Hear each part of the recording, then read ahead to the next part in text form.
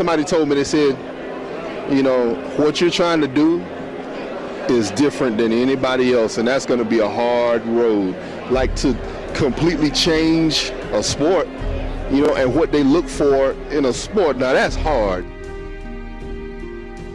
I just want to give a shout out to this little kid. He 8 years old, and he at home laying on the floor in the living room watching Conan the Barbarian.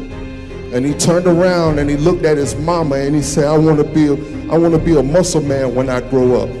And that little kid name is Cedric. Hey, I did this for you, baby. For me, this is, you know, where the hard work begins.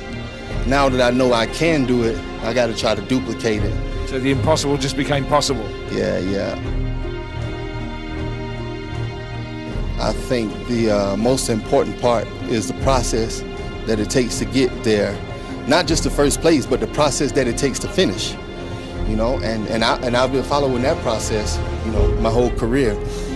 So even when there's been times that I came up short, you know, there was still a lot of hard work put in. Well, you know, when I first started competing, you know, I just said, I just want to grow some muscles.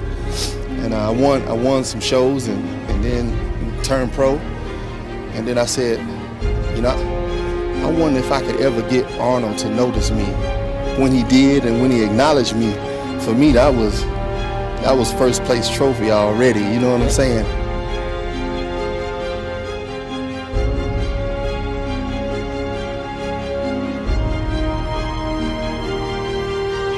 Finally, like a U.S. team. I mean, the day it seemed to me everything was absolutely flawless. I was working 14 hours a day. I was sleeping 2 or 3 hours a day. I was falling asleep on the gym floor. You know, I was doing cardio, you know, during the breaks at work and stuff like that, trying to get it in, man. Cedric McMillan, you gave the greatest acceptance speech I've ever heard. I thought you won an Academy Award out there. We all work our ass off to do our best. And now with so much hate and negative energy in the atmosphere, and I wish we could filter that out, you know what I'm saying, and keep it positive.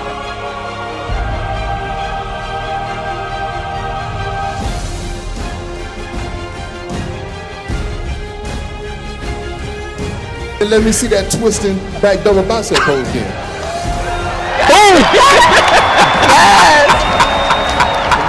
He did that. And I want to know, how was your training leading up to, you know, being able to put on this nice suit?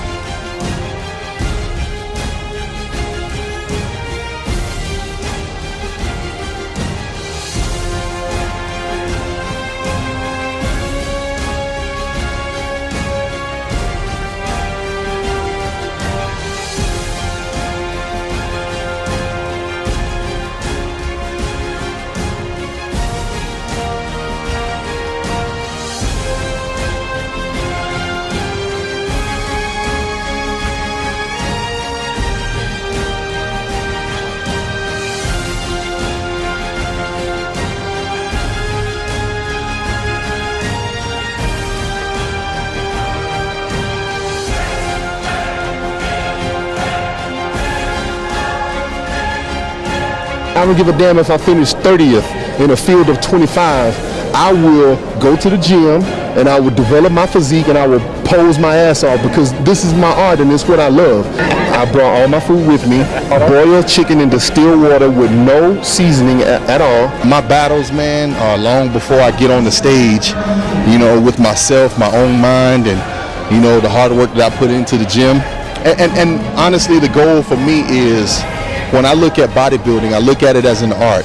So I always had a love for it. So I never played any sports in school. For me, it was always about lifting weights and trying to make muscles grow. Just want to present and create a beautiful package, you know, just like when I fell in love with bodybuilding with the old days. You know, you can think of any older bodybuilders from back in the day that had a beautiful physique. You know, I wanted my physique to be looked upon as beautiful, not like, wow, that's insane, wow, that's intense, wow, that's crazy. I wanted to be like, oh my God, that's beautiful, you know, and so that's what I try to create. As far as I'm concerned, if it was up to me, I would go do the Arnold Classic Ohio every year until I win, and that would be my only show.